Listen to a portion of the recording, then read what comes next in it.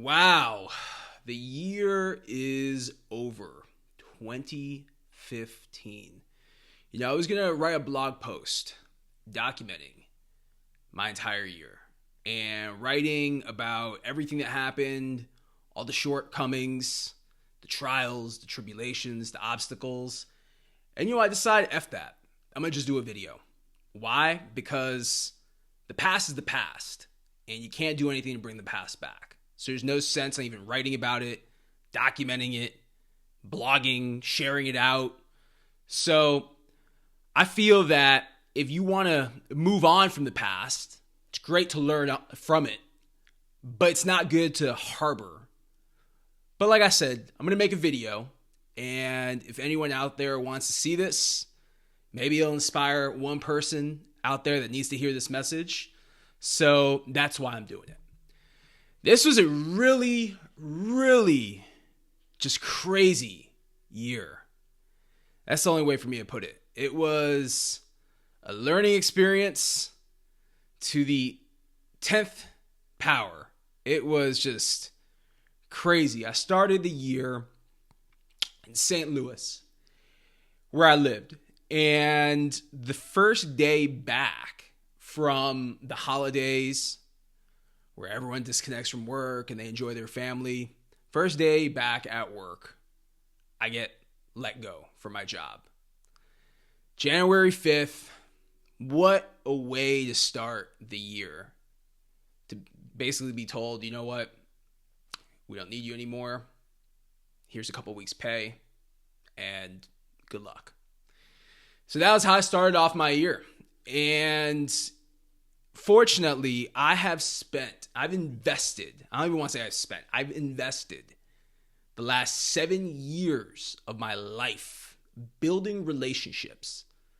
It's funny because my wife always gets on my case for being on my phone, for being disconnected from the world around me. But the world around me isn't just people that are physically there. It's the people that are on the other end of a tweet, of a Facebook post, of a LinkedIn message. And I have spent, when I add up, probably the hours networking on social media.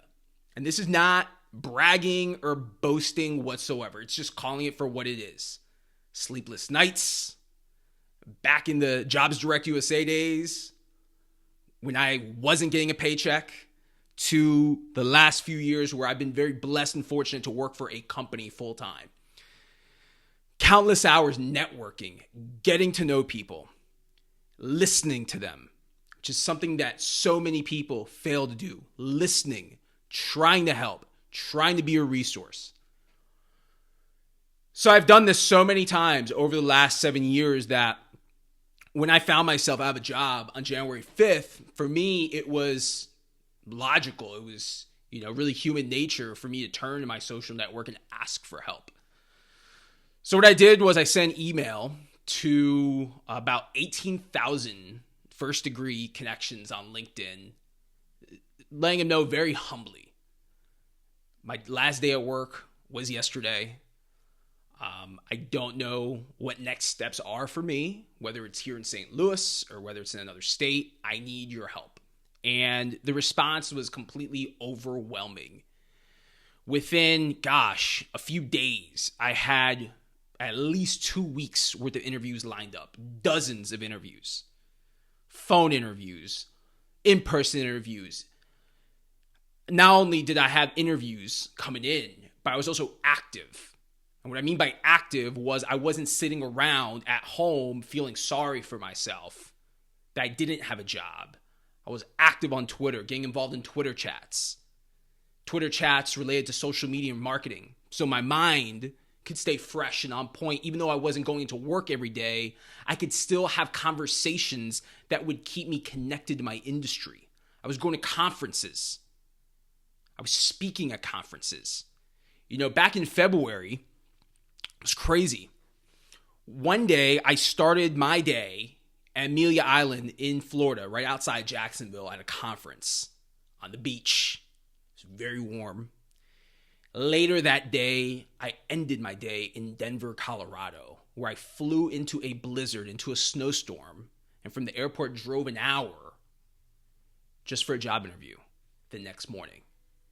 It was that hustle, that grit, that tenacity, that will to not give up because my family depends on me, and most importantly, my mind depends on me to keep churning, that brought me to where I'm at today, which is here in San Francisco.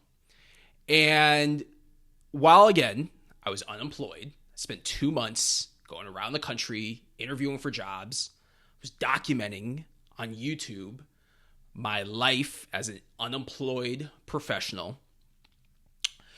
And during that time, I did a lot of in-person networking because when you're at your lowest point, you work the hardest. It's crazy how that happens. When you're at your highest point, financially, spiritually, you start to kind of forget what got you there. So you start to fall off on what got you there. But when you are at your lowest point, and again, you don't know where that next paycheck's coming from, the money's getting tight, bills need to be paid, family needs to be fed, that is when you work your absolute hardest to get yours. So I'm in San Francisco, I'm speaking at an event. Ironically, I was also in town interviewing with the same company whose event I was speaking at. I was interviewing for a job with them.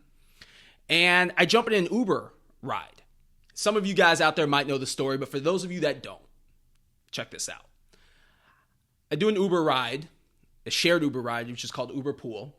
And this woman gets in the car. And she sees me. I'm on my way at that point to the barbershop. And we just start getting this little small talk. And she's like, what brings you in town? I told her I'm in town speaking at a conference, but I'm also here interviewing.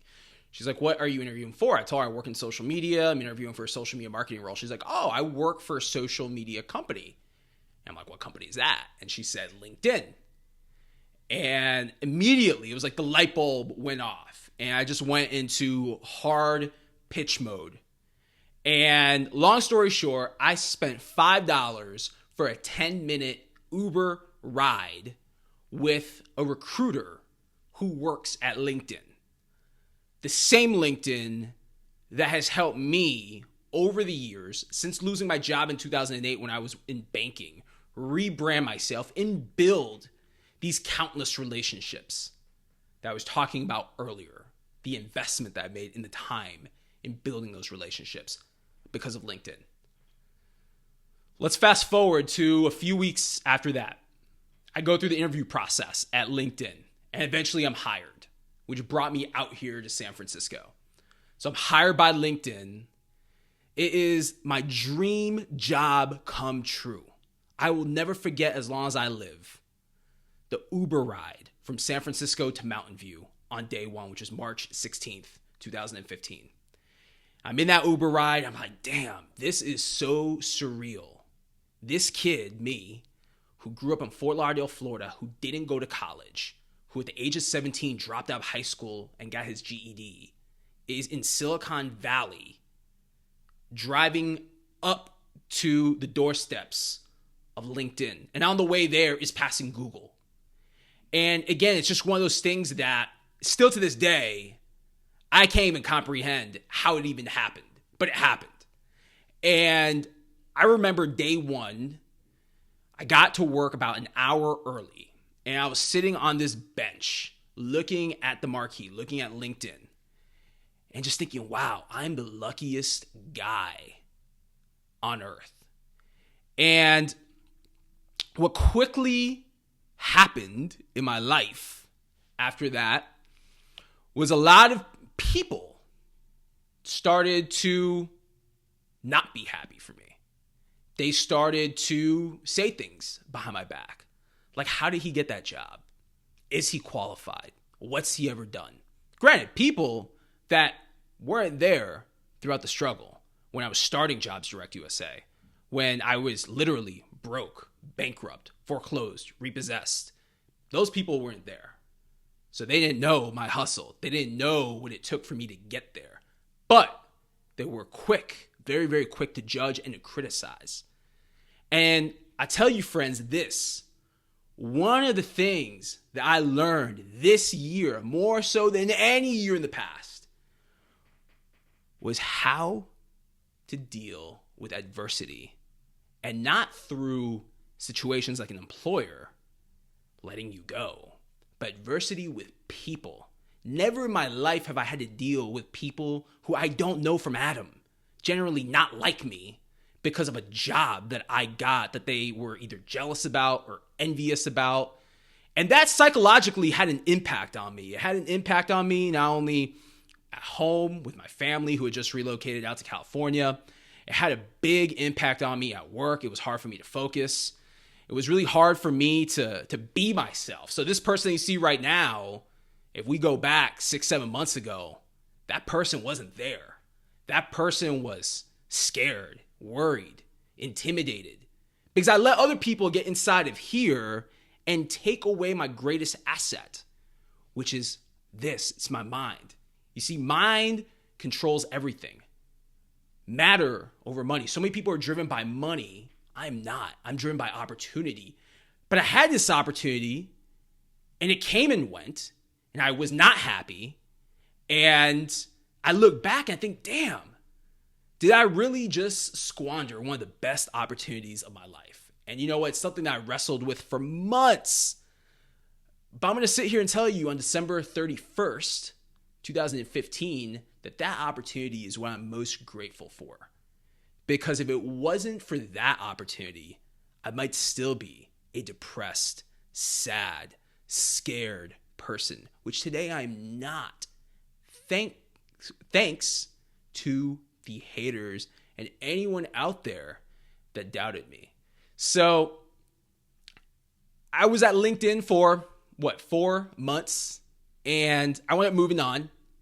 I wound up getting a job at another company, which I'm very, very thankful for. And I realized since moving on from that situation, what's important in life. And in order to get to the next steps of anyone's career, you got to go through the stumbles. You got to fall. You got to get yourself back up. And even when you think that you're at the very top of the mountain, and when you look down, like for me, working at LinkedIn was making it to the top of the mountain. When you look down and you see that you've got people out there gunning for you, you know what? The best thing to do is just keep grinding. Just keep moving forward. Know that nobody can take anything away from you. Because unfortunately, I'm going to use myself as an example here.